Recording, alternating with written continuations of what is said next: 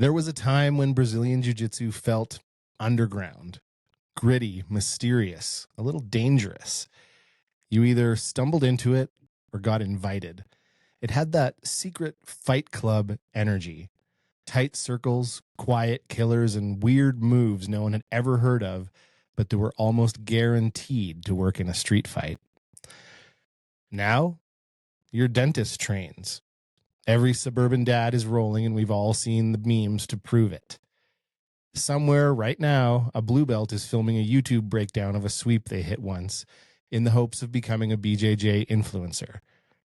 So, is BJJ still cool?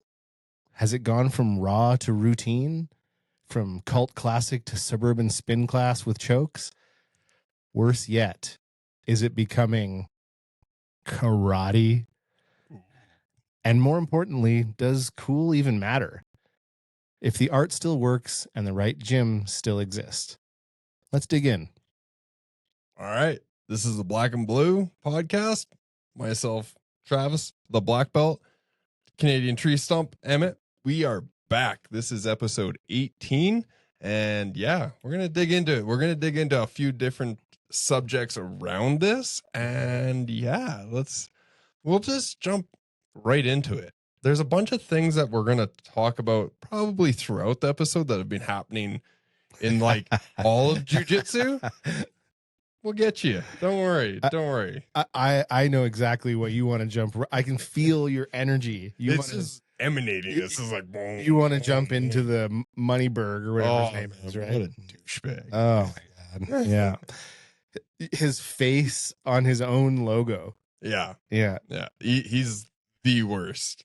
And honestly, anyone that thinks that he's a black belt is getting paid. That's all there is to it with that guy. But yeah, when we're looking at, is it cool? What does cool mean? What are we looking at? So, everyone with a sleeve tattoo? Right? Is that where we're just getting sleeve bros here? Sleeve bros, yeah. And you know, that's actually kind of a good example too, right? I mean, that's something that used to be like, you saw someone that had a sleeve tattoo and you were like, that motherfucker is probably in the circus. Yeah, or a biker, or some bad, yeah, right? Or a biker that's in the circus. Yeah, that's totally a thing. We're gonna go to the biker circus right after this. Yeah.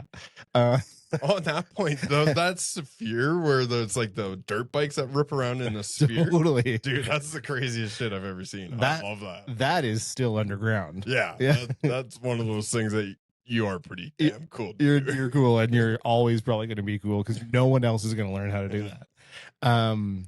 But you know, there's all kinds of things that I think start off cool, or at least start off sort of with a really tight subculture, and then everyone starts to kind of glom on, and it all of a sudden it loses the mystique, and it just becomes sort of average and watered down. As soon as you get like those average celebrities endorsing it, not the cool ones, not like Keanu Reeves or Tom Hardy, which we talked about on the podcast, but you get like the Demi Lovato. Actually, I shouldn't say that. She actually rolls, and she does pretty well for herself. Let's look at Ashton Kutcher.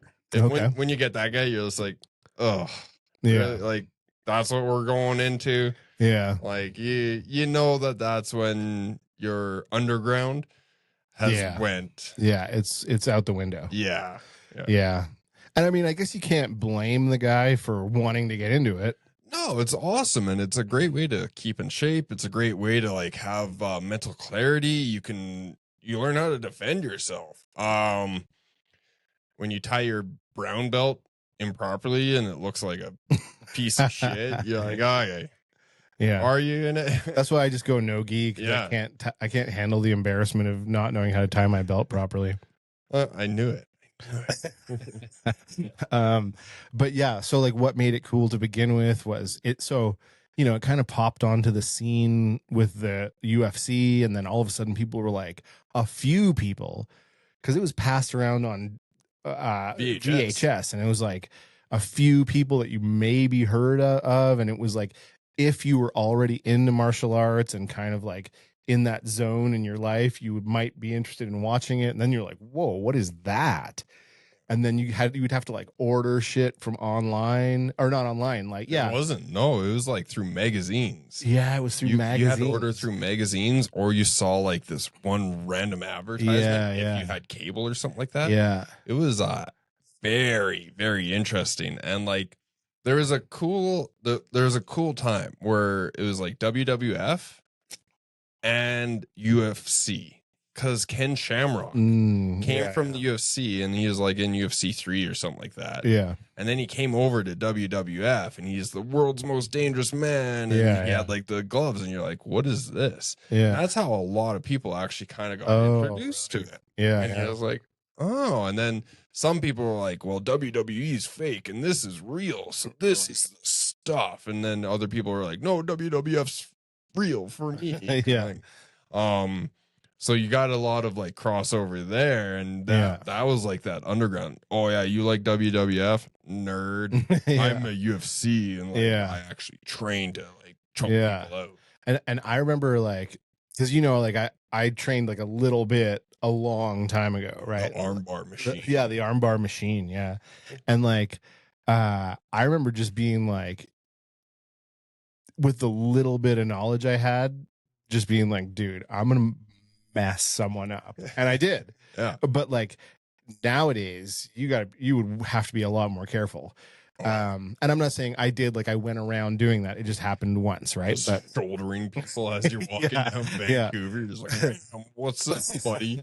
But like there was a feeling of like, I have some unique knowledge that other people, I know they do not have it. A superpower. That's what it's like, and it still is. It's still a superpower, because not a lot of people train. It's just a little bit more out there, right? Yeah. But it's still a superpower. If you train, man, you're and like with the vast majority not training, you're above and beyond it. Yeah. And we talked about it a little bit in the last podcast about seeing like jujitsu in movies, right? And now you're like, oh, it's somewhat like seeing real fighting or real jujitsu or anything like that, or doing it.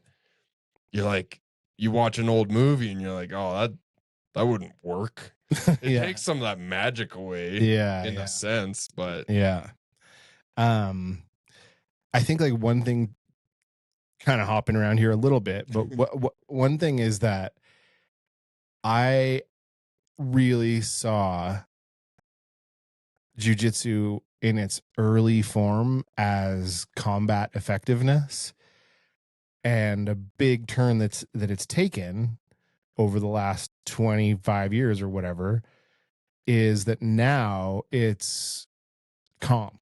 Well, so it used to be like jiu-jitsu versus other martial arts, and jiu-jitsu is really good at defeating other martial arts. Now it's jiu-jitsu versus jiu-jitsu, right? And you're starting to see that game, right? Yeah. It's like, and it's looking inward, and you're like, like I always have this thing in the back of my mind. I just want that like blood sport style thing where it was a style versus a style again, where you don't do anything, but kickboxer or Muay Thai or boxer, like Jimerson versus Gracie, where it was that really cool. And we've seen like it's already played out. Jiu-jitsu wins. But that being said, jiu-jitsu won because they knew what the hell they were doing, and all these other guys that were in the first few tournaments were just like, I get paid, sure, I'm gonna go in. I have a record of 300 street fights, and then you hear them talking later like, I knew nothing, I just wanted a paycheck. Right. Like, oh shit, you mean they didn't even know the martial art they claimed to know? No, and they had like no fights, and like it's crazy. Some of the shit like people were saying, they're like, I'm a black belt and sure. And, like, but even if they were, it's like it's apples and oranges. Right. I would love to see like the highest level like boxer at the same weight class against the highest level jiu-jitsu guy. Only jiu-jitsu. You're not allowed to cross train. Right. I think that would be That'd be awesome. See, how I think about it is more from like a self-defense, like real world perspective, where like you know, like I was saying, you're walking around and you're like, I feel pretty confident that if anyone messed with me, Oh yeah. I'm gonna mess them up. You know, less than like the spectacle aspect of it, but now like I think the term is navel gazing. Have you ever heard that term? No. Where you're just like looking inward and just like going down the rabbit hole of self-referential shit, and it's like, Okay. you know, if I'm doing shin to shin and you're doing, and it's like, okay, but if a guy's running at you with a bat, what are you gonna do? Yeah, close distance, grapple around him, or get the hell out of there. Yeah, or get that, sure, of course, But if you have no option, close the distance before that bat has any options. yeah, And then like bear hug, take him down, choke his ass out. choke his ass out. Yeah. And like there's something a lot more sort of like real and gritty about that to me. And you see him pop up on like social media every now and then where it's like someone was getting robbed or someone was trying to steal some shit Mhm. from someone that trains, and there's like that. I can't remember what her name was, but she's like a high level like UFC. Yeah. And she's got her black belt in jiu-jitsu, and she's just like I think it was like a reverse triangle, and this guy is like crying. Yeah. Like, Yeah. it works. And actually just recently there's this like home invasion that happened, and this 14-year-old girl, No way. yeah, held off this one guy that was just like trying to break in, take the keys of the car or something, and she just happened to be awake and scared the shit out of her. But she's like she was like a like high level, like always competing 14-year-old. Yeah. And I think she like rear naked choked him out. Oh my god. And then the police got called and all this other stuff because everyone woke up. And then she just held on to it, and she's like, he had come to, she would choke him out. He would come to, she would, and then she's just like, well, I don't want to like take his life. Yeah. But I also don't want him to do anything. And like, that's like crazy. That's like how you were always saying if a bunch of guys came into your house, you would beat them off, right? Oh yeah. It's that 100-man thing, right? I could definitely. There's a reason why I have a knife right now. Anyways, yeah. So I think there's the celebrity thing. There's a ton of examples of things that used to be cool. One of them for me is and maybe we've even talked about this on the podcast, but when I was young, I loved comic books. I was super, super into comic books. I still have like cases of them at home. Some of them might even be worth something, but like, and I felt you always like, you could fill in the gaps with your imagination. And then Marvel started making all those movies, and all the nerds started being like, oh, they really did this wrong. And like, there's like a zillion movies on YouTube of nerds analyzing these movies. And some of them are okay. Like, I'm not gonna lie, I've watched a bunch of them, but it takes the magic out of the comic, you know, like reading the comic book in your room at night as a kid and like imagining it, and you know, and it's just, I feel like it just erased the magic. I would say there's fair points in that, but I'd also say if you were a comic book nerd and you watch the movies and there's those little Easter eggs that nobody would know, right? But then you catch it and you're just like, that is hilarious. And like, like in like Deadpool versus Wolverine, where they get thrown through that I can't remember, it was the guy that drew Deadpool, but he couldn't draw feet. Rob Liefeld. Yeah, and like it was like Liefeld's shoes or something that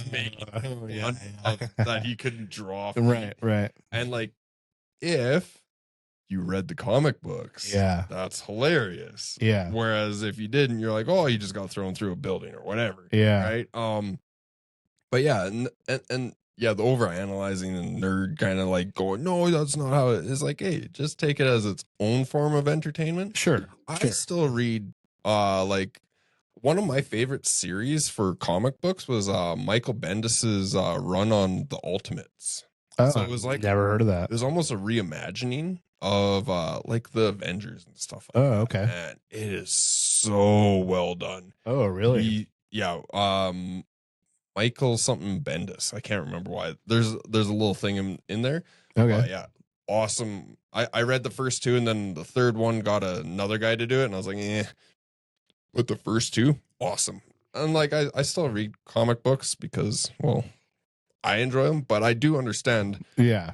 your imagination, and you get to like kind Yeah, of fill it totally. in for yourself. Yeah. Whereas what Disney did to Marvel just Yeah. And like, to me too, you know, to go back to bring it back to jiu-jitsu a little bit, it's that the fanboy thing, I think, is just sort of like super whack, you know, like not nerding out in the sense that you like that you nerd out, like what are you trying to say? Like in which is amazing, right? Because you'll just learn everything there is to know about a thing, and not in that way. I mean, in like people who are just sort of like dilettantes, and they're like, they pretend to know a lot and they talk about it, but they don't do it. And yeah, you know, like and they the like armchair quarterback armchair quarterbacks, and they're like, yeah, sure, they might go to class, and they know like everything that Craig Jones has said, and they're like, oh, this is a Juji Gatami cross whatever, and it's and like, then you watch them roll, and you're just like, you don't know shit. you're a fucking bag of limp noodles. You know, those guys are the worst, but they're the most vocal online. And yeah, it's like, oh, if he had only done a Juji Gatami, he would have won. Like, you're talking about Gordon Ryan. Yeah. You know, it's like, go back to your mom's basement and shut up. Yeah. Those guys are the worst. And the problem I find is like you sit there, and the hard part is like, I mean, it's everywhere, but the most intelligent are usually like quieter about that kind of stuff. Like they don't go into it because, of course, yeah. And then you get the people that are like dumb, yeah, and they're like, look at this thing I'm reposting, and like, yeah, that's how smart I am, and I like to do this, and it's like, oh, yeah, you get that, and like social media is horrible for that. yeah, And and like I post a lot of shit, yeah, on Instagram and all that, but I'm never like, this is how it is. Like, I'm like, oh, like I'll post yeah shit, and I think it's hilarious. Like that one about like that dude that like got his wrist bent backwards in the IBJJF. Oh, and he got kicked in the he kicked the guy in the stomach. Like this. It's like, how dare you bend my wrist backwards in a jiu-jitsu competition? When did jiu-jitsu become the sport that soccer people could make fun of for diving like that? It's like, oh my goodness. I remember like everyone was like, soccer, oh, you get poked and he dives. Yeah. That's what just happened in IBJJF, and you're just like looking at it, you're like, oh, this is the sport? Like, what are you doing? That's lame, man. You know, and I think like, and I get, you know, even as you're talking about your take on the fanboy thing, like, you can ignore it and you should ignore it, right? There's no, but it's like, there's a lot of things out there that are cool, and then when those types of people get a hold of it, it makes you not really want to be a part of it, because you're like, I don't really want, but I don't want to be associated. I don't want to be associated with that. Like, I don't want to be like a Marvel nerd. Yeah. You know what I mean? Like, like I don't want to be a 40-year-old guy with making videos with dolls behind me going like, if only they'd have stuck to the true nature of Deadpool. Like, what, man? Like, and I guess like Travis is like hiding the dolls. And I'm like, oh, let's put those away. Funny enough, I got those little like manipulated, those ones that like are like anatomically. Oh, articulated. Yeah, they can go through, and like they just look like little robots. Yeah. So I can take a picture of it, and then I can draw over it. Yeah, dude, totally. Or like my for my book kind of thing. I'm just like, oh, this is how I want to see it. Dude, your drawings are awesome, man. Those are really good. I literally just got back doing it because I wrote this book, and I was like, I've drawn forever, and like I doodle all the time, but to actually sit down and go through it, and then I got called out on because I had a TikTok. I have a TikTok because my sister's like, you need to get on TikTok so it gets out there. I'm like, oh, okay. So I got on that, and I posted one of my pictures that I put into what is it, like on my tablet. Oh yeah. So yeah, I'm not exactly drawing it. I have my drawing, Yeah. pen and paper, or Yeah. pencil and paper, Yeah. and then I just uploaded that, and then I drew over it Yeah. with my Yeah. You're yeah, I know. my Your soft stylus. Yeah. Yeah. And then I'm not doing the pencil, but like it helps you and Yeah. it does all the stuff. I'm like, and this guy's like, oh, that's AI. I was like, what? No, like, Oh, really? one, I barely know how to do that. Like, I know Yeah, how to yeah. make a description for my YouTube videos. Yeah, yeah. Beyond that, I'm like, Oh, wow, that's I don't know interesting. enough.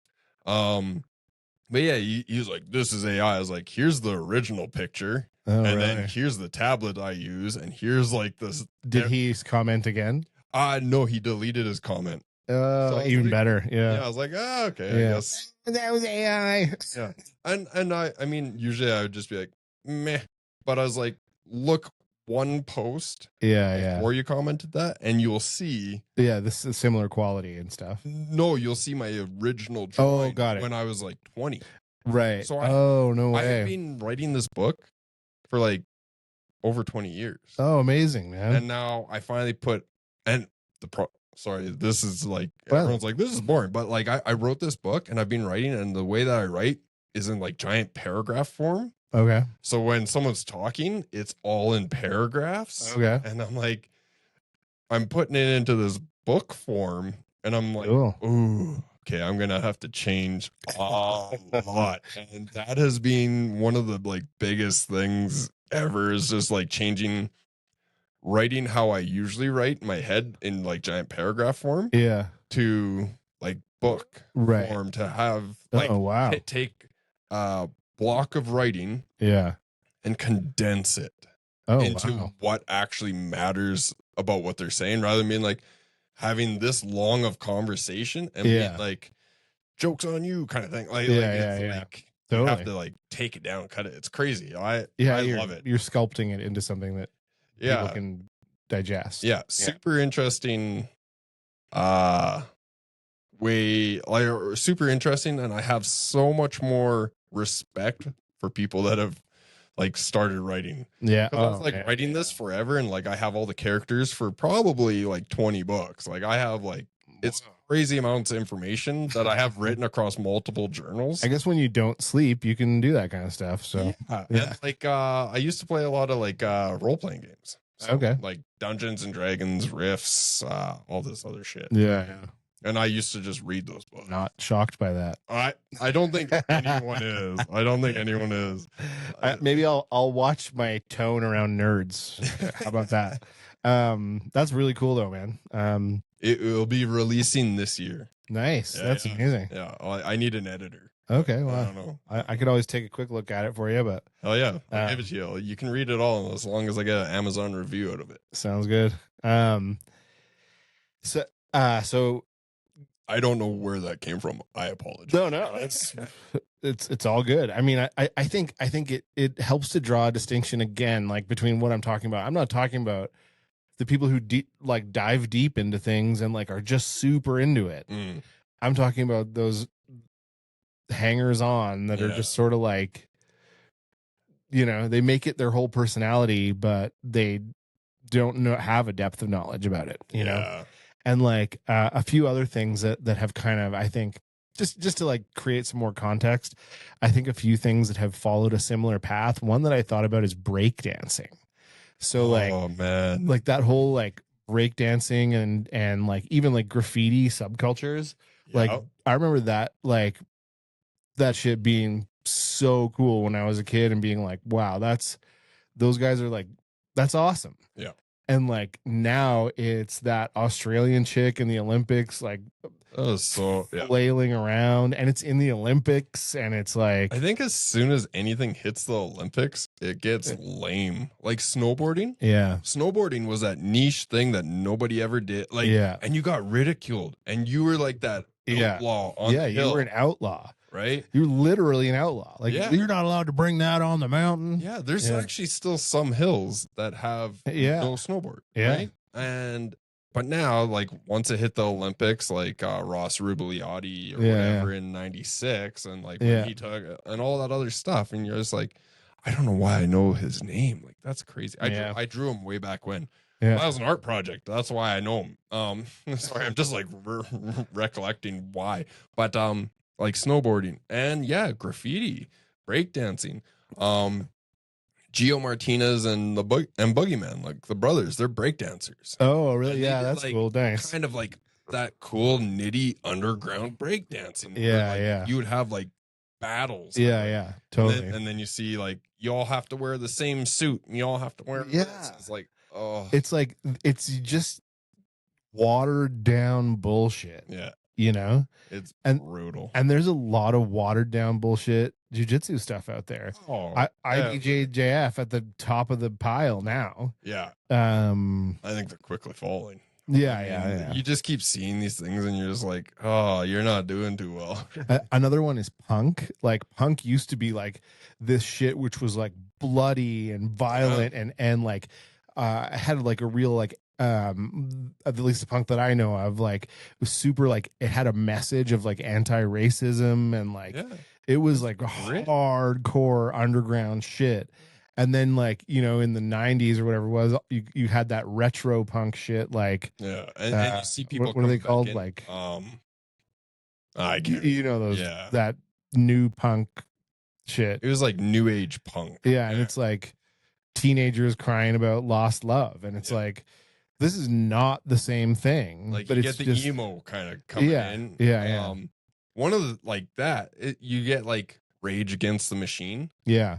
Who are like, I won't do what you tell me and all that. Yeah. And now they're like, follow what the government says. Are they doing that? Dude, I think so. Anyways, there's like, you got to do this, and because that's what the rules are. Oh, are we talking about COVID? A little bit, yeah. Well, I have no idea. For a band that said, "Fuck you," I won't do what you tell me. Yeah, and they're like, "You're not getting into my concert unless you have the little pass." It's like, I mean, your initial mess, and okay, so and I got Eric Church, who's like, I don't know if you know him, but he's like kind of a modern day Steve Earle, like an outlaw country kind of thing, like Copperhead Road, but he was along that vein. And then like I had all his CDs, I had everything, and then I had like it all on Spotify. Yeah. And then he did the same thing, and he's like, no, if you're not vaccinated or whatever, or you don't have your passport, you're not getting into my concert. And I was like, one of your songs is literally saying fuck you to the government. Yeah. So then I just like deleted all the songs off my thing. I was like, I'm done with you. Like, I don't mind what way you go. Yeah. But be true to yourself in all aspects. If you're like, I'm an outlaw, but maintain all the rules. Yeah. Like, I'm done with you. I'm just instantly done. I'm just, and like, if you're true to yourself with it, and you be true to yourself with it, cool. Okay, so I respect you. I'm gonna go on a wildly off base rant here for a second. Somewhere along the line, I was watching a video about Katy Perry. You know who that is? Shit, yeah. And like, she went to space. She went to space. Yeah, but so her whole thing was being this sort of like candy pop bullshit, whatever, and she was great at that. And then somewhere along the line, she decided, you know what? I'm not sure if this is the right thing for me. I think I'm going to be like a feminist icon. But then that kind of like wasn't working out. So she tried to like shift again. And it's like people instantly saw through that and were like, no, fuck off. Yeah. And it's like, yeah, it's just an example of like, if you're not true to like who you actually are, and you're in that position of being like, people are looking at what you're doing, they're going to be like, oh, that's so everything you're saying is fake. Like, yeah. And like, I have interesting conversations with people online, and I don't hate them. I don't do anything. There's like, I don't believe in what you posted is true. I'm like, right. Cool. Let's have a discussion. Let's talk. Yeah. As soon as I see them kind of wavering, I'm like, oh, like, you only want to have counter arguments for shit like that. Like you're like, Right. oh, I don't like what you say there, but now I also don't like what you have to say there, even though I used to believe in that. You're looking for a counter argument. What do you mean? Like they like they just want to argue? yeah. Right. And those people I have no time for. But the people that are legitimately true to who they are, I love talking to them because they're passionate about it, or they at least have knowledge there. Yeah. I like that. But yeah, there's some people out there that are just like, oh. Yeah, there's a lot of that. What's that expression? A mile wide and an inch deep bullshit. Yeah. Even skateboarding. I mean, I think skateboarding kind of has retained a bit of rawness, to be honest. I think it kind of started going up to like the is it still cool? And now it's kind of come back down to where it's cool. Yeah. Like it's now back to an underground kind of thing. Like not many people do it, and the people that do it are just like, I don't care. You know what got severely fucked up is surfing.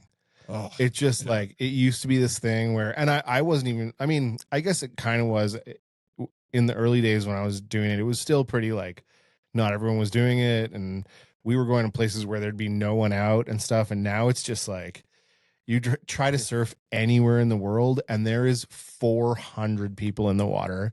Most of them have no idea what they're doing. It's aggro, it's shitty, it's crowded, it's lame. Like I get psyched about doing it, and then I go out to do it, and I'm like, but here's the thing. Here's the thing about surfing and jiu-jitsu, bringing it back. Nice. Bringing it back, Trav. Yeah. Bringing it back. Is that if you're good enough in surfing that you can go out when it starts to get heavy, there's not going to be a lot of people out there.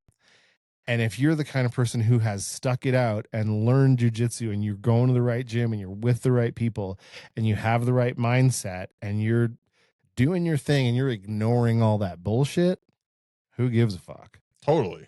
And that's a great like point to stick on, right? Because if you can ignore the 95% of bullshit, and hey, I do it, but I do it for a purpose of promoting myself and putting myself out there.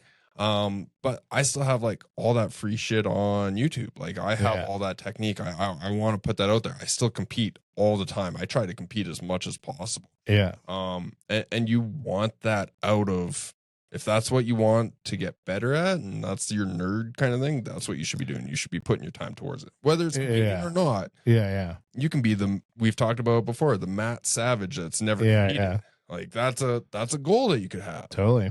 Those are the people that are just awesome. And just you tune it out. Like, and for me, seeing it through the lens of surfing is like, if you're good enough, strong enough, like paddler, and like brave enough, and you know the water well enough, you're going to be able to go out on days, at times, and in places where that 90% of people, 95% of people they're just not going to make it past the break. Yeah, they can't. They can't do it. I'm not saying I'm that guy, but those guys exist. I'm sure, like, and that's sticking with it day in, day out. If I was surfing every day, it's like jiu-jitsu, you get to a level where it's like, and not even a level, but like a mindset where it's like, that's cool that stuff exists, whatever. It gives it a bit more of almost like eternal quality. You know what I mean? It's like, I'm doing this for me. I'm doing this to get better. I'm doing this I have my own sets of goals. I don't care what Craig Jones or Gordon Ryan or Mikey Musumeci or anyone or Derek Moneyberg or whatever the fuck that guy's name is. Who cares? I come to train and I shut everything out. Yeah. You know? I like to poke fun at all that shit. Yeah. That's actually just a form of my entertainment is poking fun at that shit. Cause you're just like, oh my goodness, you guys, why are we even putting time into this? I do wish we had a big enough following that we could call out Moneyberg and be like, come fight a blue belt. Yeah, I would put any of my blue belts up against that guy. Any of the blue belts. Almost any of the blue belts. Not me, obviously. Yeah. I mean, you can sit this one out. Yeah.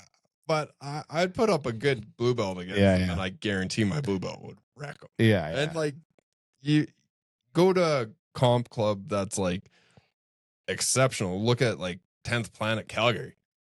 Those guys, their white belts are absolute killers. Yeah. Like their entire mat is awesome, and you put them on that mat, a white belt wrecks them. Yeah. Right? Like Yeah. it's insane that so many people were like, no, he definitely has skill. It's like, okay, let's see it. No, he doesn't want to show. It's like, oh, you're just Yeah. He wants to show the black belt, but he doesn't want to show the skill. Come yeah. on. Like, well, let's go. Come Let's on, see man. it. Let's see what's up. You have 3,000 hours. Congrats, buddy. Yeah. Another one, just sticking on this topic of subcultures that got lame, and like kind of they wind up blowing themselves up too in some cases. A big one is CrossFit. Like that was I went to a CrossFit class like a long time ago at a gym in Vancouver, and it was gritty, man. It was really, really hard, and it was really, really gritty. And then I actually did a few years here in Canmore, which was good. I liked it. Yeah. It was kind of messed up my shoulders, but but even at that time, it was sort of like, I don't know, pretty watered down. Like, you know, anyone could kind of show up and do it, and I don't know. Yeah, like that's like anything like bikers, right? Yeah. Anyone can go out and buy a Harley now and put on the jack. Yeah, do all yeah. that shit. One that's like personal for me would be like stock car racing. Oh yeah, That shit used to be the grittiest. Like That they shit used to just like. is it not gritty anymore? Well, they kind of put it towards like it evolved into NASCAR. Oh, okay. Kind of thing, or like IndyCar, and like they're all cookie cutter cars. Oh, okay. When I was watching, like back when like my mom used to race. Oh, no way. Back when, like That's awesome. It was called Powder Puff, and like my uncle, Yes. my uncle had a race car.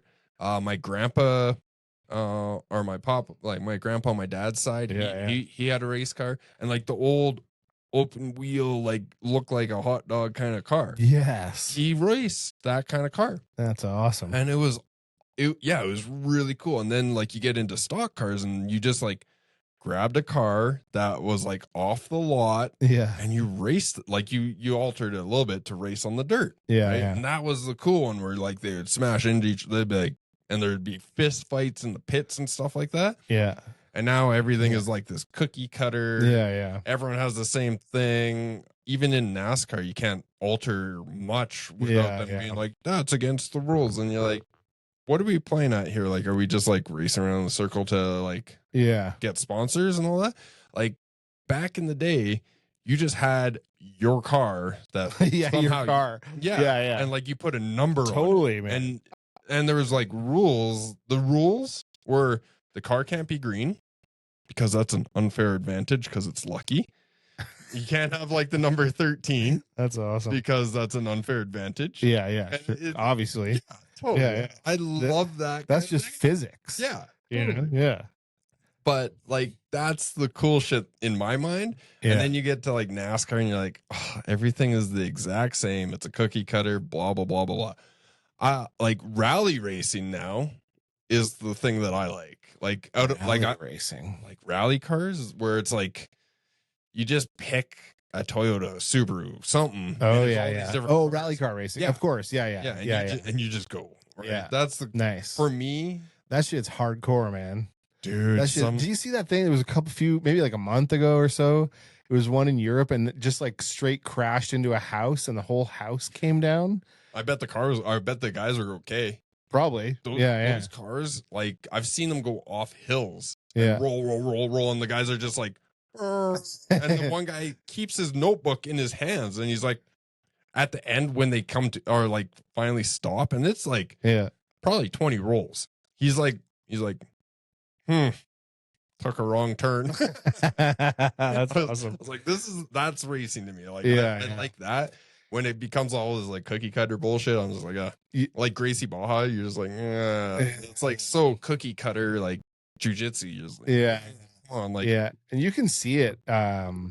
when you watch some of those guys roll, I'm not saying that there's not a million amazing jiu-jitsu players out of there, but you can see when you watch those guys roll, they're like, oh, you're going for that, huh? Yeah. I remember that from 1995. Yeah, and they do the same thing. And like, hey, if it works, it works. Cool. Yeah, I'm also not saying anything about the basics, you know, the fundamentals. Totally. But then you get like camps like Gordon, like New Wave, where you have like Gordon Ryan, Gary Tonin. Yeah. Vastly different. Yeah. And like really, I think it's exciting to watch them both. But like Gary Tonin for sure.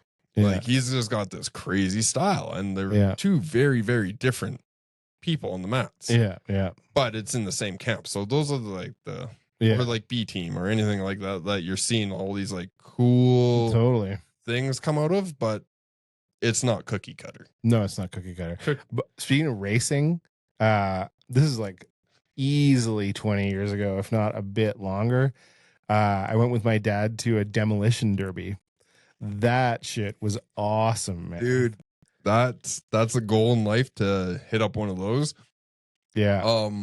I love like demolition. Yeah. Like as a racer, you mean?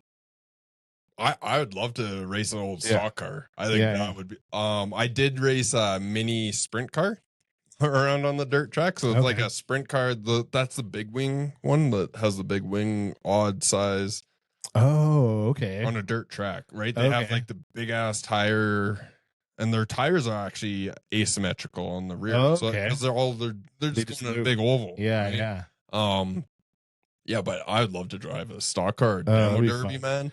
I would. That shit was wild. I took a couple really cool photos that I still have, like black and white on film. It was. I did take them on film. Nice. And like they're like black and white on film, and they're just like. You just look at it and you're like, whoa, what is happening in that? It's I've seen combine demolition derbies. So it's just a combine that's smashing into each other. Like back on the farm, like there's a raceway, Kalmar Raceway. Like that was kind of relatively close. That's where my uncle raced out of. Yeah. And they would have demolition derbies in the middle, like in the pit stuff kind of thing every now and then. That's and, like, so cool, they man. had drag racing on the backside. I don't know. All that was really cool back then. I don't even know if dirt racing is still a thing. I don't know.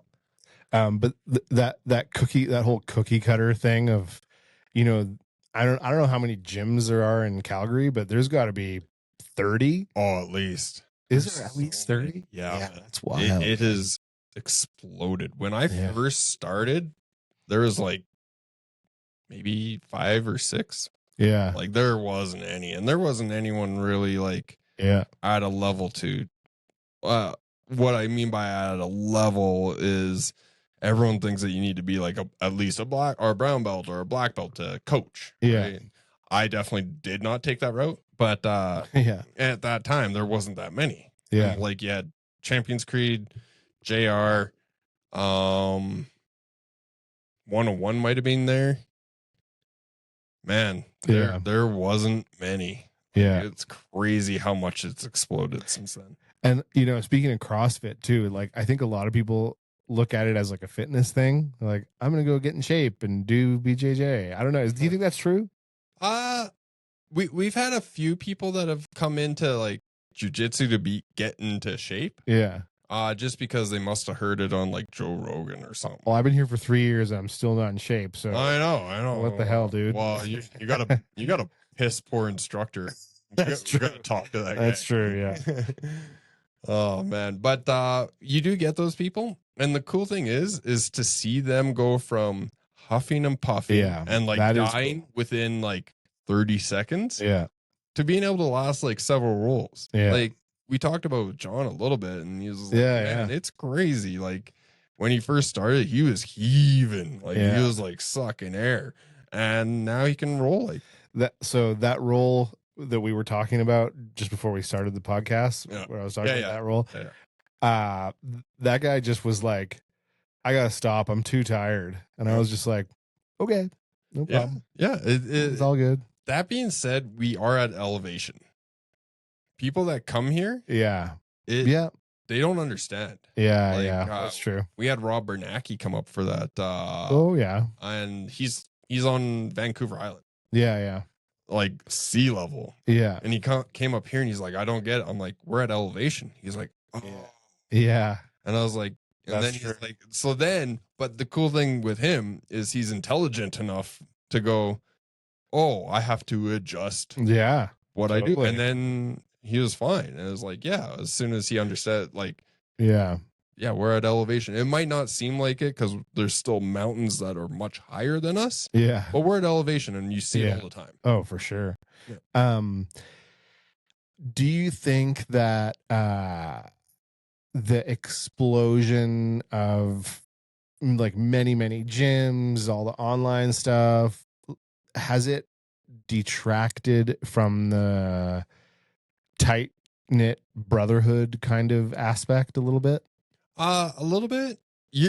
So it's almost a dual-edged sword. So it detracts from that. I have all the secrets. You have to come to me. Yeah. Which is awesome. Yeah. But then you also have that guy that bought his belt off of Amazon. Yeah. Also teaching these secrets that he once saw, and you're just like, you gotta like be aware of that. So yeah, it did some good things where it took the people, and usually like with power corrupts. Absolute power corrupts, absolutely. Yeah. And these instructors had the power, and a lot of people, like you see it, get people getting called out a lot, and a lot of older instructors that were like, we have moves named after them. Yeah. Right. And now you look back and you're like, oh, he is a shitty human being. Why did he get away with it? Because he was the only one that had this knowledge in this area. Yeah. So you kind of have that dual-edged sword where you have that kind of getting dismantled. Yeah. And those gyms kind of starting to lose people because, well, they were shitty. Right. Which is good. But you also have, shitty jujitsu over here, like McDojo bullshit. But like, I mean, sort of like the friendship aspect where like, you know, you were talking about like motorcycle clubs or whatever, you know, like, I mean, like the hardcore motorcycle clubs where like, regardless the of what 1%ers, like whatever else they're doing, those guys are a tight knit crew of brothers. You know, like I'm not advocating or certainly not saying anything bad about it. Although I will. What was funny is like I was in Nakasp this last week. It's like up in the Kootenays. Okay. It's in the grocery store there, and there was a guy there with like a full patch and everything. And I was like, oh my god, that's like a motorcycle gang. Yeah, they're coming dude. through to the Calgary. There's a big meetup in Calgary. And then I saw him and I'm like, dude, I better like kind of like give that guy a wide berth. But he's on the phone and he's like, okay, so you want me to get carrots and celery? What else? And it's just like, oh, you're just a normal dude. Yeah. You know, I grew up with that around me. Like my uncles were all in like biker kind of things. Oh, really? Okay. And yeah, so I grew up around it. And honestly, like they're some of the nicest people. And I was told from a young age, if like I am ever lost, like I mean, I lived in the middle of nowhere on a farm for a long time, and then I moved to a town that had 800 people. Yeah. But if I was ever in a city and I somehow got lost or whatever, find a biker. Like find the guy with the tattoos and the biker jacket, because they're probably going to help you out. And I was like, and I've seen it before, and I've seen it several times where people have been like, yeah, like you go talk to one of those guys, because one, they look big, mean, and scary, so no one's gonna fuck with you with that guy. But he's also going to be like, huh, this little kid was cool, or like fine with this. Say hi. Sure. And like that, but on that, sorry to cut you off, of course, but also on that point, there's some complete assholes. Like the ones that you're not allowed to pass on the highway. Oh, sure. There's, and you're just like, but in any group, there's going to be some pieces of shit. And so that kind of brings it back to that tight knit group. Some smaller clubs like ours, we have tighter connections with people rather than like I know every student that steps onto the mats. Yeah. Where there's some instructors where I talk to like students, I'm like, oh yeah, that's you're under this guy. And they're like, I've never seen him before. I've heard of him. And I'm like, Oh, really? Whoa. I'm like, oh, so you must train at his affiliate club. No, I train in that one. Whoa. I've just never seen him, met him. I'm like, I'm like, that is like, Yeah. I have some affiliates, and yeah, I don't get out to them, but anyone that comes here, I will greet you, and maybe I won't remember your name forever, but Yeah. I will ask you your name. I'll say hi. Yeah. That is my biggest thing. I will not be that guy. I will not be that guy that doesn't know who the hell you are. Yeah.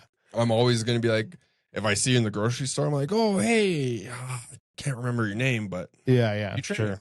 Yeah. I meant. Yeah. Good placement to go. Like, my name is Avon. I'm a blue belt under you. You Oh, talk yeah. about me? We won't forget your name, Evan. Yeah, like I was actually going to say a similar thing about like our club is small and we're in a smaller town and there's only one club here.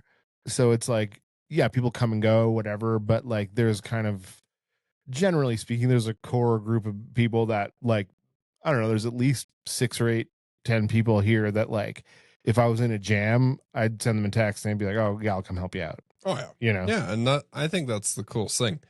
The cool thing about this spot, it's the cool thing, and it's the hardest thing ever, is you get those people for like 6 months to 2 years because they're on a visa. Yeah. And you get to know them, and then they're like, okay.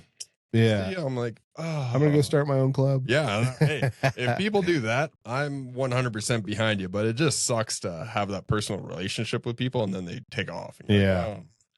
Hopping around here again a little bit, but one thing too is music, where like when you find some like a band that like no one else has heard of, and you're just kind of like, whoa, this is awesome, and you listen to it for a while, and then people start to hear about it, and then next thing you know, it's in like movies and stuff, and it's in commercials, and it just kind of, I mean, it just takes something away from it. Totally. You know? Well, I think it's more, it takes something away from you. Like you're like, oh, it takes something away from you. Yeah. And it's like, now everybody knows it. And it's like, I knew them before they were cool. Yeah. And then you become that guy.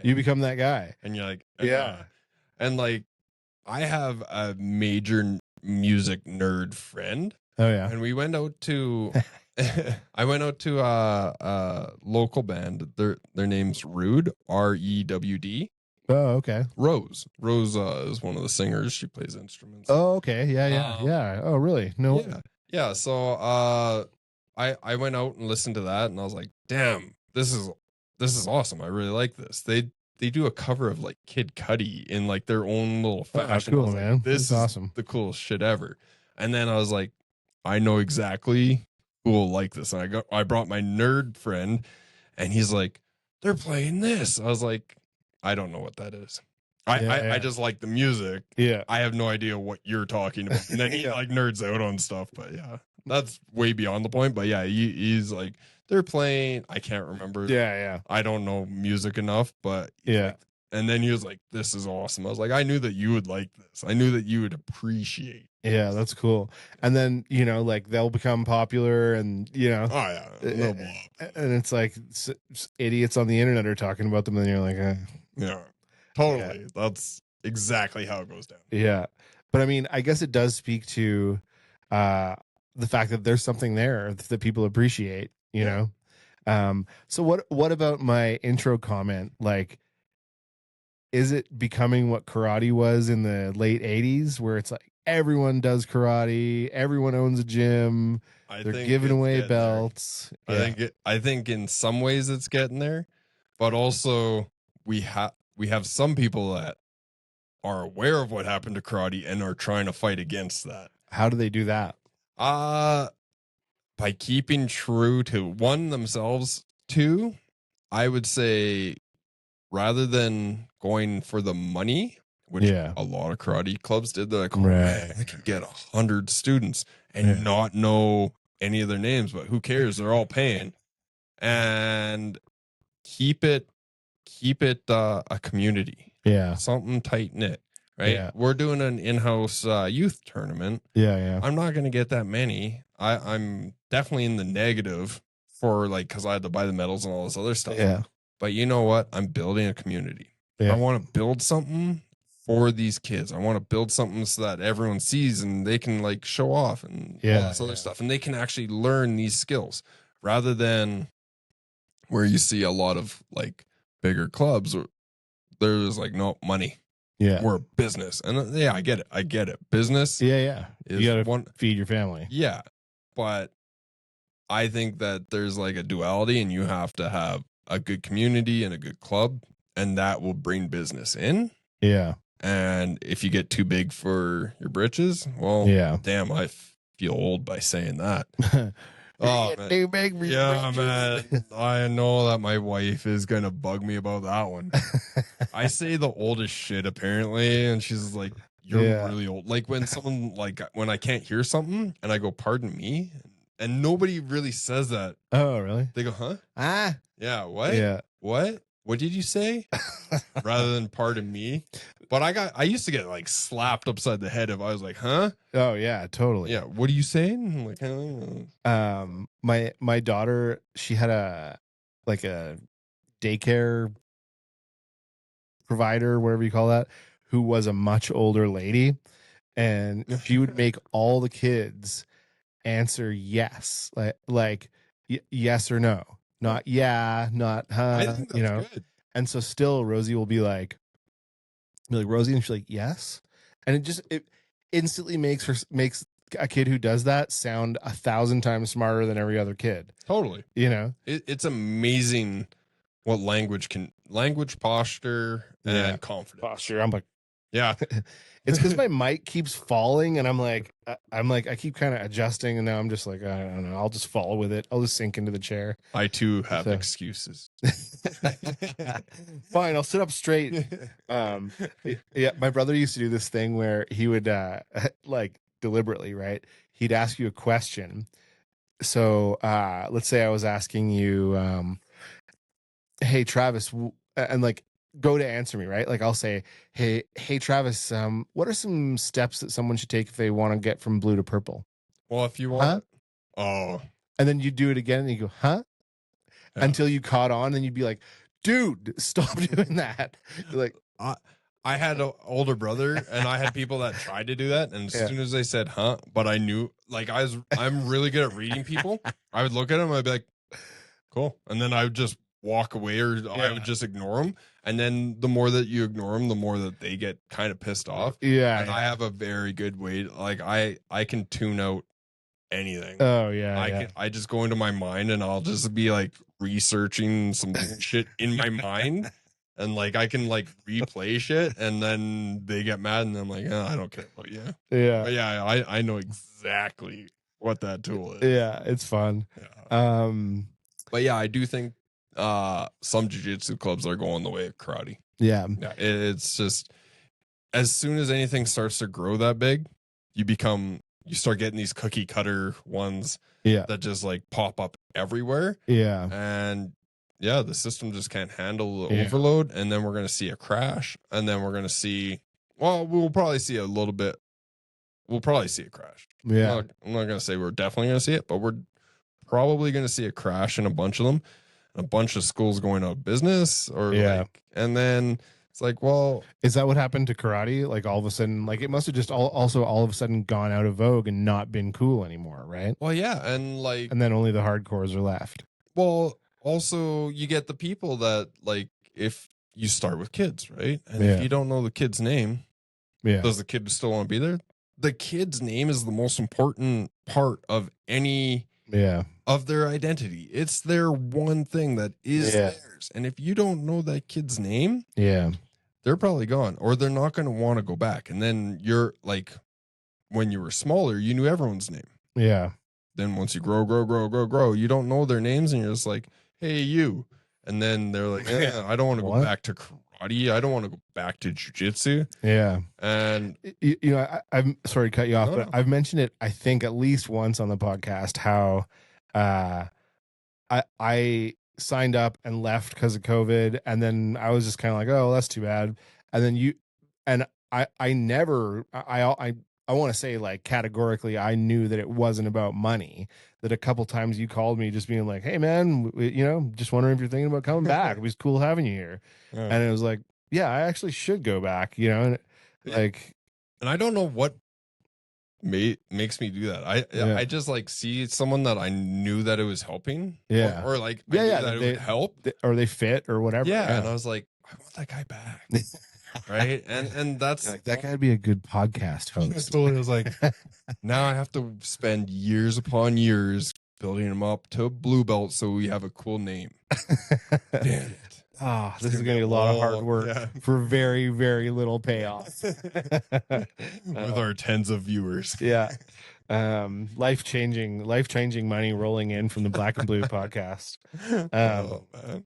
But so I get another thing that kind of goes alongside of the watering down many gyms thing is and I know you're going to have some things to say about this, is like the millions upon millions of Instagram moves out there that are not really teaching anyone anything, are usually like surface level bullshit. Oh yeah. It's just fodder. Yeah. It is. It's so bad. And one, yes, it could potentially work, but my goodness, is it ever a niche? It's a niche within a niche within a niche. Like, it's so far down that you have to get way down there. And then there's some that are just absolute bullshit, but then you filter out some of that, and then you get like some of that Rotolo teen shit, and you're just like, I never thought of that. Sure. And now you get, or the buggy choke. Sure. Who the hell like thought of that? Like, cool, awesome. Yeah, it actually works. Yeah.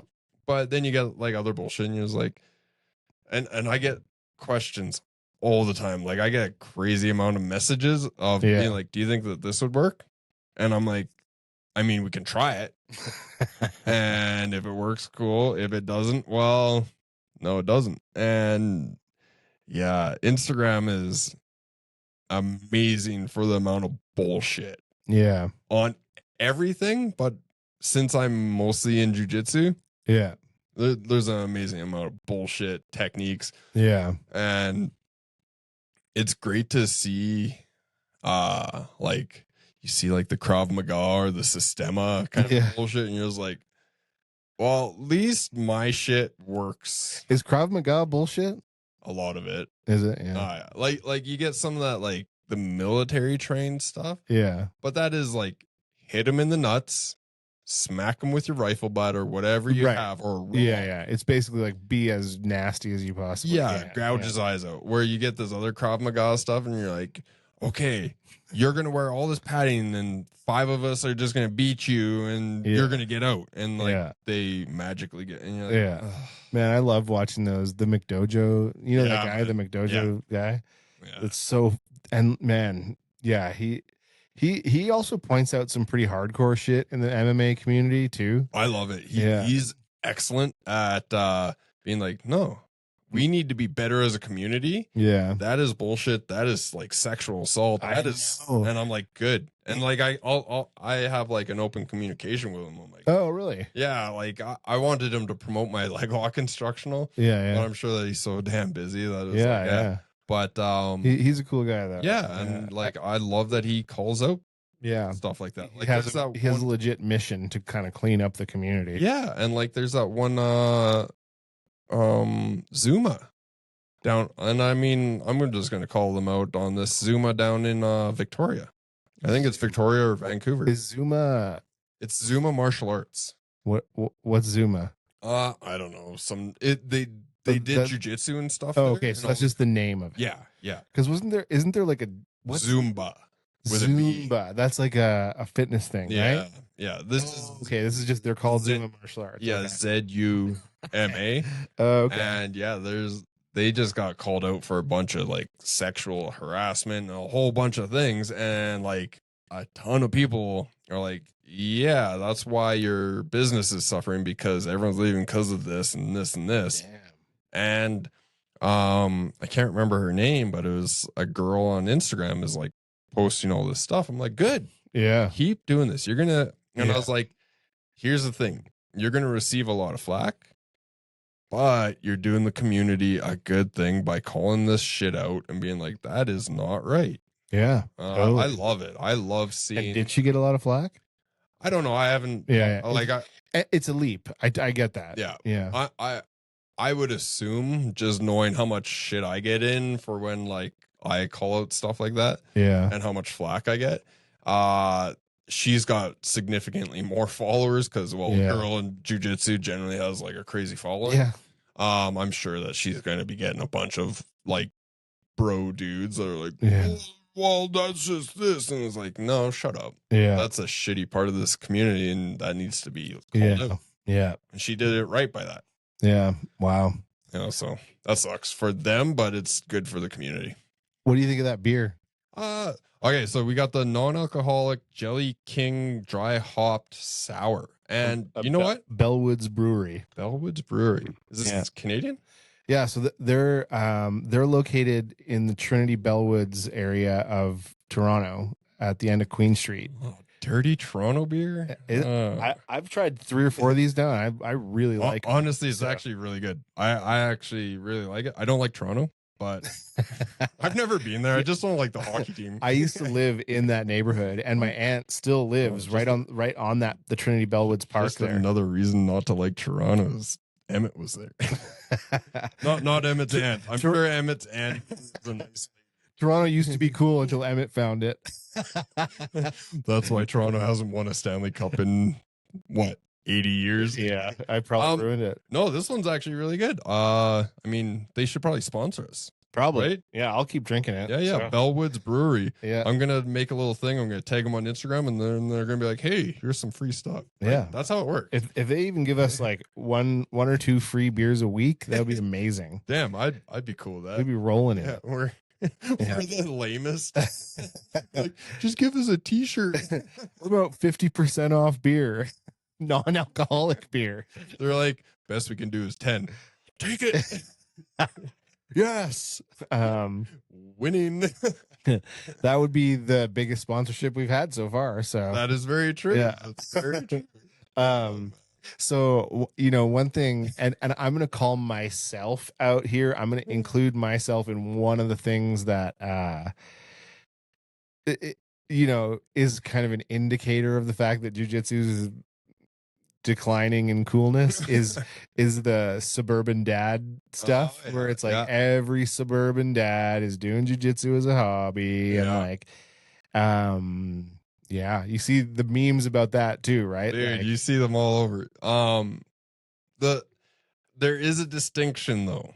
There's the suburban dad that does it but doesn't roll or anything. Oh, okay, yeah. Right? And then there's the like you that roll. Yeah. Right?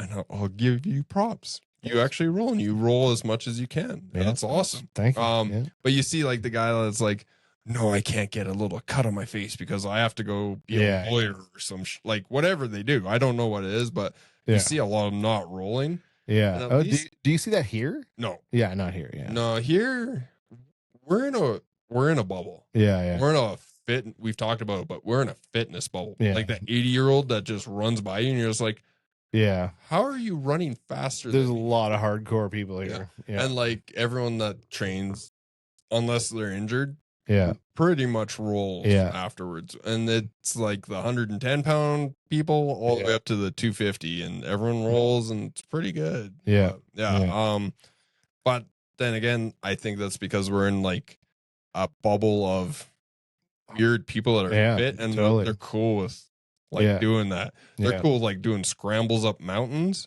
where they could fall off and die. But mountain biking, skiing, snowboarding. Yeah. So they just come here and they're just like, oh, okay, cool. At least there's a matted surface to fall on. Yeah. Right. Yeah, I do think, and that's sort of how I look at it for me, because you gotta, I don't know, you gotta keep yourself, you gotta have some positive self-talk, right? No, not fit. Oh, I was gonna be like, I thought you said that you weren't fit. No. Going backwards here. Where it's like, you know, you gotta kind of like tell yourself you're cool, right? Yeah. So I think that's what Craig does all day, every day. Oh, at least I'm cool. I know that he listens, so I'm just gonna like give him a little stab. I think you're cool, Craig. Yeah, everyone thinks you're cool, Craig. Everyone. um, you too, Jared. You're cool, man. Yeah. Not you, Jason. Yeah, no. Fuck Jason. Jason. That was a good episode, though. It was. Yeah. It's actually our best performing one, and like we've Yeah. gotten a crazy amount of comments of all the movies that we missed. Yeah. Oh, really? Dude, we got so, and like reading some of them, and like some of them were like private messages. Like, Yeah. not everyone commented on, but like, Yeah. we can't believe you left this one off. So on that note, we're gonna have to have him back on, and we're gonna have to do another top 5 and just disregard the previous 5. Okay, I'm totally down to do that. And I would actually love to do the 5 worst, but that we still watch. Yeah. Right. Did you watch that that thing I sent you about the guys who were just ripping on Steven Seagal for like 30 minutes? Yeah. Oh my god, that's funny. It's man. deserved. It's Yeah, deserved. it's so deserved. Oh my goodness. And the crazy thing is some people are like, he actually tries to injure you. And I'm like, well, and like the one stuntman's like, I could just straight up like knock every single one of his teeth out. Yeah. But because he's just a double or whatever, like he was, he can't. And I'm like, oh, man, like give me one chance and then just get it on film. And then I'll be famous for knocking his teeth. Totally. Oh, so funny though. But yeah, the suburban dad memes, and it's like, I don't know though, man. Like, again, not to kind of like say that I think anything of myself. I certainly don't think I'm great at jiu-jitsu or anything, but I don't know, man. It feels good as a 48-year-old to be like doing something that's a little bit hardcore, you know, like. I'm almost 40 and I'm like, man, I a lot of craziest thing. I talk to people and they're like, how old are you? Yeah. And like, I get an age range of like late 20s. I'm like, late 20s. Okay. And then it's like 50. I'm like, how do I look 50? They're like, well, just the way that you talk and how your body, like how many things you've broken on your body. It's like you've lived a life and now you're doing another life kind of thing. Like late 20s, but you have some kind of weird disease. Yeah, I'm pretty sure like I have the mentality of a 12-year-old. Like my humor is definitely a 12-year-old. I still think farts are hilarious. Yeah. But then my body's like this like decrepit 70-year-old that's just been like beat up and rolled over by a horse and carriage. Oh man, like today you left class a couple times to go ice your jaw. Yeah, man. And it's like I broke my jaw as a kid. Oh yeah. So every now and then it gets like tweaked, and it definitely got tweaked in MMA Tuesday. How'd you break it as a kid? I think you might have told me that. Boxing. So I was like I was 8, and my brother's friend, so he is 5 years older than me. Yeah. So grade 3. So who was 5 years older than me, I hit him, and he was a big guy. Like he was a big guy. A tree stump. Yeah. I hit him and it actually angered him. So he just like one shot me, and he's like with boxing gloves on, and he punched me so hard that either the punch or my face hitting the concrete ground broke my jaw. Oh man. Yeah. So it broke up, and then they had to pin it and all that fun stuff. So that was a fun summer. Every damn summer I had something in a cast, and like by the like 3rd summer of like school, the doctor knew me. He's like, what happened this time?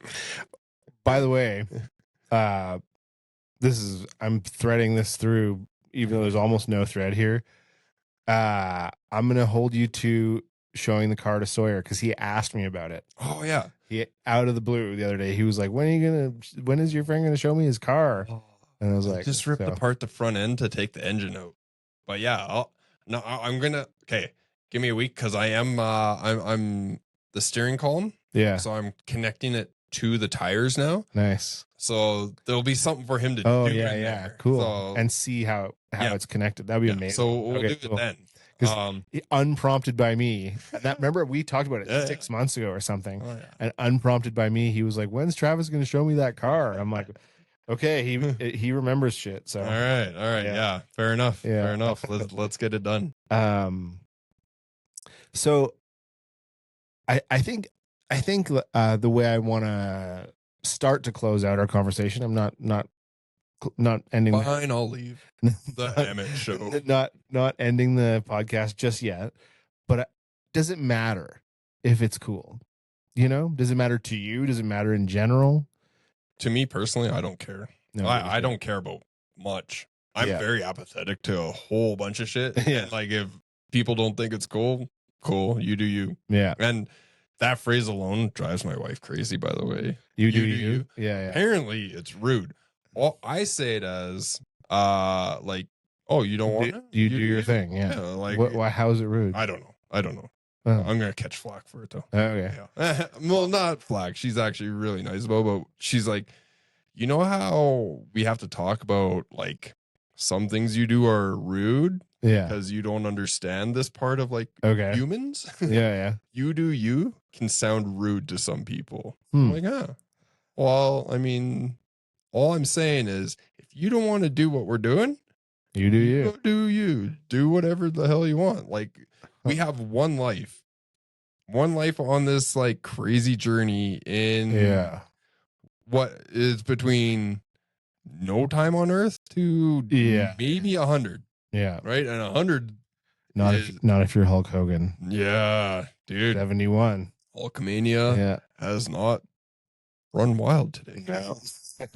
There's been two. Aussie. I know. Aussie and the Hulkster. Yeah. You do you. Maybe it's like, I guess the connotation is that you can take out of that is like, okay, whatever you're going to do sucks, but I'm going to keep doing what I'm doing. Like, go ahead, you do you. It might be my tone too. I don't know. Yeah. I'm just like, well, you do you. Yeah. Like, whatever. Sarah, my wife, like, I'm always like, dude, what is up with your tone? And she's like, I don't have any tone. I didn't mean anything. But like, I'm like, that tone, what's going on with your tone? You know, but some people just don't hear the tone, I guess. So that's usually like what a wife would say to the husband, I think. What's with your tone? I think so. No, it doesn't happen to me. I don't know. My tone is just so smooth, as you know from the podcast. That's fair. It's not monotone at all. No. But yeah. For me, it doesn't matter. It doesn't matter. I think for a lot of people like that train here, we're definitely the counterculture club. Yeah.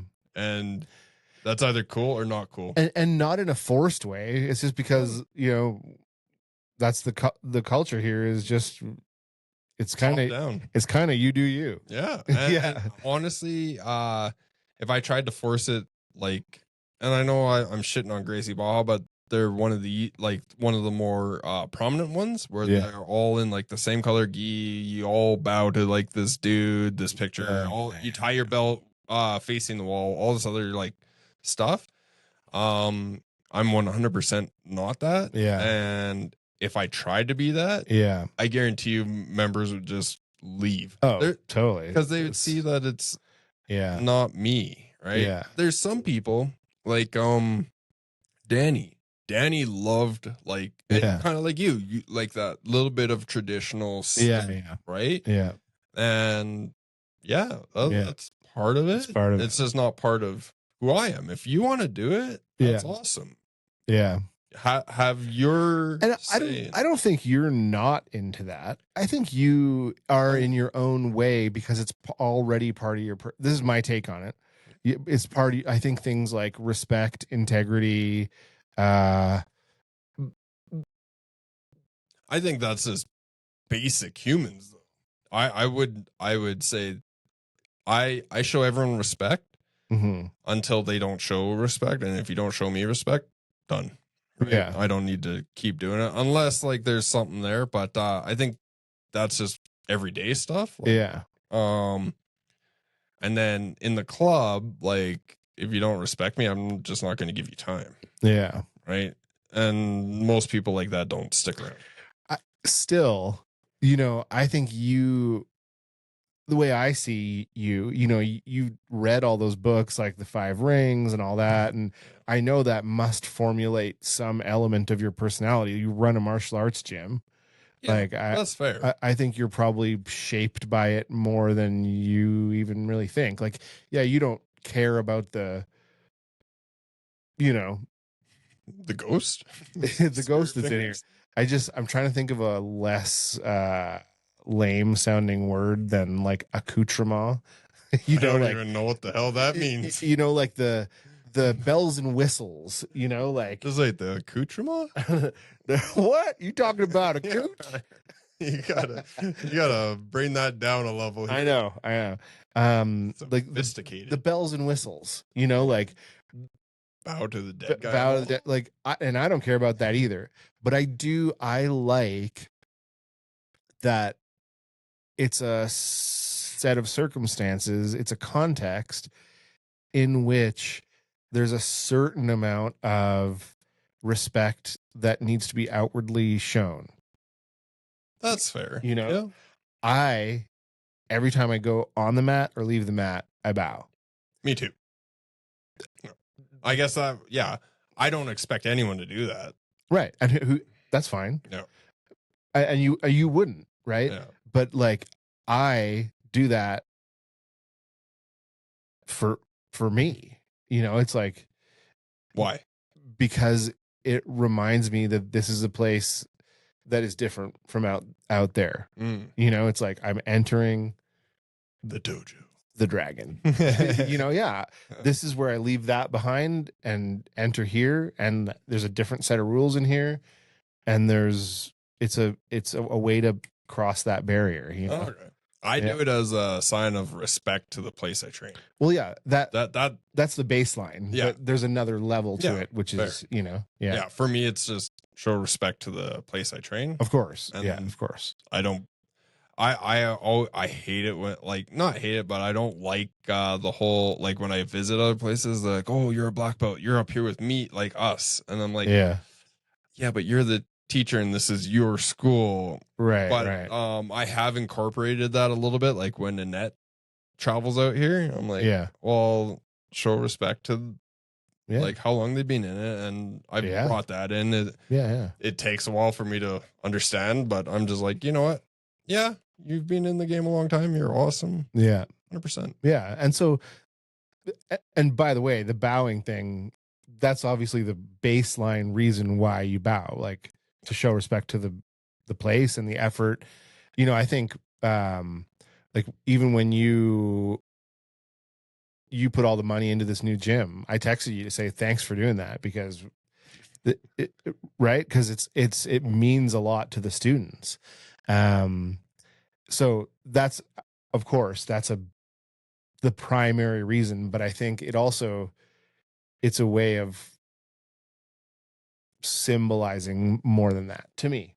Fair. To me, yeah. And by all means, bow away. Yeah, give her. Yeah, I'm gonna get a picture of Craig Jones up there so we can all bow to Craig Jones. Totally. And his red belt. But yeah, I don't in any kind of philosophical thing, like I think bells and whistles are weird, like I really like some of those spiritual teacher guys like Ram Dass and stuff like that. But I think it's weird when people wear like, you're wearing like an Indian robe or something to sit in a spiritual conversation. Like, why? You're not even from there. Like, don't do that. That's lame. You can have a spiritual conversation with someone without putting on a weird suit or like having beads or, like growing out your dreads. Like, more power. You do you. More power to you. But like, I'm not attached to that. But I think there's some core aspects of that, like hierarchy, respect, integrity, that I like the fact that it's ingrained in martial arts. Yeah. That's fair. Makes it less cool. Am I rambling on about that now? A little bit. Yeah. I don't know, man. People probably tuned out when you're like, yeah, so we're going to end it. Not right now. I'm trumping out here. Yeah. But yeah, I think what I'm taking from our conversation is that if you do you, if you do you, cool doesn't matter. Yeah. And find the gym that has the right vibe. Yeah. That suits you. And Yeah. there's so many out there. And as long as they're not teaching you bullshit. Yeah. And there's very easy ways to see if they're teaching you bullshit. Yeah. Go to another gym and see if it works. Yeah. If it doesn't work, you're getting taught some bullshit, right? Yeah. Go to open mats, explore other ones. If they're telling you that you're not allowed to do that, Yeah. you're in a culty ass gym and you Yeah. should probably look elsewhere. By the way, have I mentioned on the podcast that I went out to West Coast BJJ in Victoria? No, I don't think so. And yeah, John. John very kindly had me there for a couple days, and yeah, I didn't get completely crushed, so That's it's working. And yeah, he's got legit. Yeah, he's got some really Legit really guys out really there. strong. Craig guys actually trained there for a little bit. Oh, so he has really good guys and Craig. And Craig. Yeah. I was like, yeah, the legitimacy of it just crashed. But yeah, John's awesome. Yeah. I saw him at AVA there. Oh, cool. Really nice guy. Yeah, I it was funny. People are like, was it you that said? I don't know if it was you, but someone was like, I don't understand how you know this many people in the community, because they're like, you know, John from there, you know, this guy. Yeah. It's like, I compete a lot, and if you compete a lot, you meet a lot of people everywhere.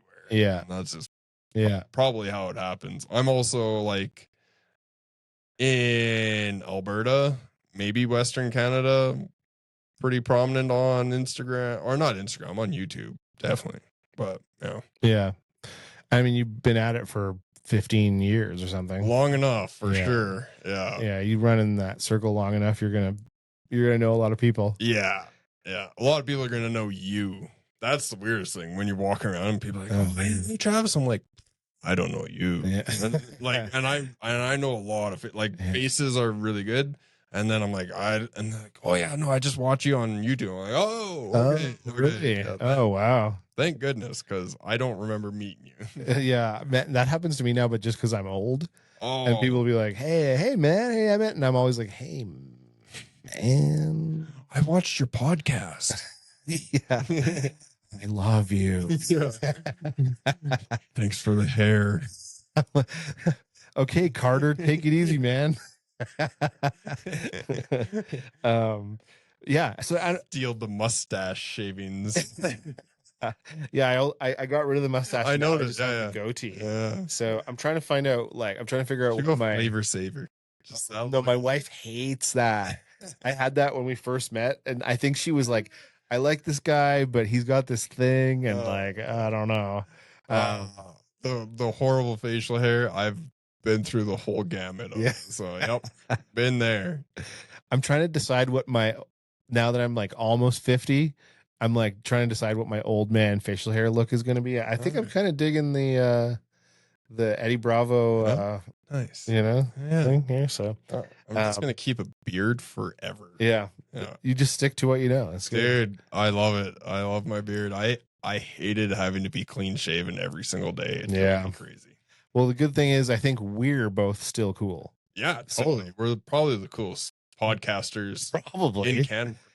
Probably the coolest BJJ podcasters in Canmore that do a podcast with a chess table. Yeah, called Black and Blue podcast. Yeah, definitely the coolest. Yeah. So I don't know. We might have dipped there when Jason came on. Yeah, I felt dirty after that. Yeah, I had to double shower. Yeah. But I don't know. For me, it is something that I've thought about. Like, is jiu-jitsu still cool? But I think as I've gotten older, I kind of don't give a shit anymore. What's cool or not? I've never cared. I've just always done my own thing. So well, I was the weird kid that had the mullet before mullets were anything cool, and like I almost pierced my ear. Yeah, and I was gonna do it myself. Yeah, and then I did that. Yeah. And then some kid came in with a pierced ear. I was like, No. All right. No. Yeah. I looked at him. I was like, no, I'll be looked at. And I might have cared then, Yeah. but I was like, I'll be looked at as a follower. Ooh. I wanted to do it because I saw Pirates, and why Pirates have it. Pirates, yeah, Yeah, yeah. because they have gold earrings For going around the Cape, right? to go around the cave. Yeah. If you go around Cape Horn, you get a gold earring. Oh, so the original thing for I'm looking it up. yeah, you do it. But I can almost guarantee you it's to pay for their funeral if they died. So they would all have like a gold, like a little bit of gold to be able to pay for their casket and funeral. Look up pirates, how to pay for funerals earring. Okay. Be Okay. specific. They're both right. So, pirates and sailors. Look it up, Jamie. Yeah. Thanks for looking that up for us, assistant in the other room. You'll be paid in Handsomely. You'll be paid in gold. You'll be paid with a 10% discount from Bellwood's Brewery. Eh? So pirates and sailors in general wore gold earrings for a variety of reasons, practical, superstitious, and symbolic. Proof of sailing around Cape Horn. Rounding Cape Horn, the treacherous southern tip of South America, was considered a major accomplishment, and they would wear an earring as a badge of honor. And some also would say that for the Cape of Good Hope and so on. Burial insurance, gold equals cash for burial. Superstition and folklore, protection against drowning, better eyesight, wealth and status, flash and image. Nice. Well, that's why Morgan Freeman has a gold earring. Rounding Cape Horn? Nope. Well, maybe, but it's to pay for his funeral if he ever dies abroad. Oh. Yeah. Okay. That's why he has a gold earring. I know. Okay. All right. Weird little piece of trivia knowledge for when you're at Sheepdog and Yeah. you have trivia. Let me tell you a little something about gold earrings. That was one of my like super focused thing, like hyper focus is like on piracy. Crazy. That's so weird that you say that. That's so weird that you say that because the other day, so we watched Pirates of the Caribbean. I've only ever watched the first one. That's what me and Sawyer and my daughter watched that. And 3 days later, we were at the library and he took out every book on pirates. Nice. And he's like drawing pirate ships. And yeah, he's into pirates. Hell. Actually, you know what? He's kind of like you in that way. Where I don't know if that's a good thing. it might not be. But he'll find a thing, and then that's the only thing he thinks about and talks about so hopefully I haven't talked about this on the podcast before, but I took him to Monster Jam when he was 2. It's been 3 years, 3.5 years, and he every single day since then he has talked about monster trucks. Nice. Pretty much only. Yep. And now he's into pirates a little bit. So maybe we'll see a shift. I don't know. You're going to see samurai age too. Samurai phase. Samurai and ninjas. Yeah. So you're going to see Japan culture. Yeah. Then, man, yeah, we'll list them all off for you. Okay. But I guarantee you that you'll see the samurai ninja phase. I'm trying 100%. I'm trying to keep him away from video games because I don't want him going too hardcore down that rabbit hole. Doesn't need to be video games. Yeah. He'll find ninjas and samurai all on his own. Yeah. Guaranteed. Man, that kid is hyper focused on things. Yeah. That's why my art, because I hyper focused on that for so long. Yeah. The unfortunate thing is there is no skill involved in monster trucks. That's not totally true. You know what he does is he'll announce entire events and he'll be like, and now Gravedigger is, and he'll just sit there for 3 hours and make a monster jam. Hell yeah. So, I used to do that with Lego and like the WWF figures and stuff. Like I'd have like whole thing. It was crazy. And like, Lego was a big like I had like the mythology behind every Lego brick. Like there was like little I like red Lego see-through Lego bricks. Okay. And those lasers, like if you put it on the end of a gun, that laser was stronger than the green Lego. Right. Like, and you had a whole there was a hierarchy that my brothers and my stepbrothers were like, what are you talking We're not about? playing with you. Yeah. No, that laser doesn't do that. Yeah, you're doing it wrong. Yeah. This is like, no. And if they did it the other way, I'd be like, I'm not playing with you. And I'd just Yeah. No, take- that's take my Lego and walk away. I think you and Sawyer might be pretty similar, so it's unfortunate. Yeah, but- that sucks. Anyways, I don't have anything else to say about BJJ being cool. I think there is an eternal factor there that I'm going to keep doing it. So Yeah, I'm stuck. I Yeah. mean, at least I don't have big ass cauliflower ear, right? Yeah. That's the thing. If you have cauliflower, you then have you're to really stick. stuck. You have to stick with it, or else you're just the guy with the ugly ear Yeah. that has like shitty jiu-jitsu. I don't want that. Jonah has to stick with jiu-jitsu forever now. Yeah. And MMA. Like, Or wear a toque all the time. Yeah. And like even then, it's gonna bulge out. Oh, poor Jonah. He's going to be a fighter for life. Yeah. Yeah. It's awesome though. He's incredible. And he's a cool guy. Yeah. Cool. Well, other than that, anything else? No, I say long live BJJ. Who cares if it's cool or not? Live long and prosper. Live long That's and how prosper. cool we are. We're we both super know that. cool. I actually don't know anything about Star Trek other than that Spock. I used to know so much about Star Trek that I could tell you guest stars' real names and episode numbers that they were on. Damn. Yeah. I never got into it because I remember my grandpa watched it. I was like, this is the most boring thing ever. And then I'm a kid. Like I was like 5 and I was like, Yeah. I can't, I'm done. Yeah. I did watch a movie with Chris Pine. Yeah, oh yeah. Yeah. That was a good movie. I like Yeah. that. I guess now, having admitted that I used to be really into Star Trek, who the fuck am I to judge what's cool? So it's still cool, guys. I'm still cool. Please write in and say I'm cool. On that note, we have a new sign off for Emmett. Live long and prosper. Other than that, if I don't catch you next time, we'll catch you on the flip side. Thanks for watching, guys.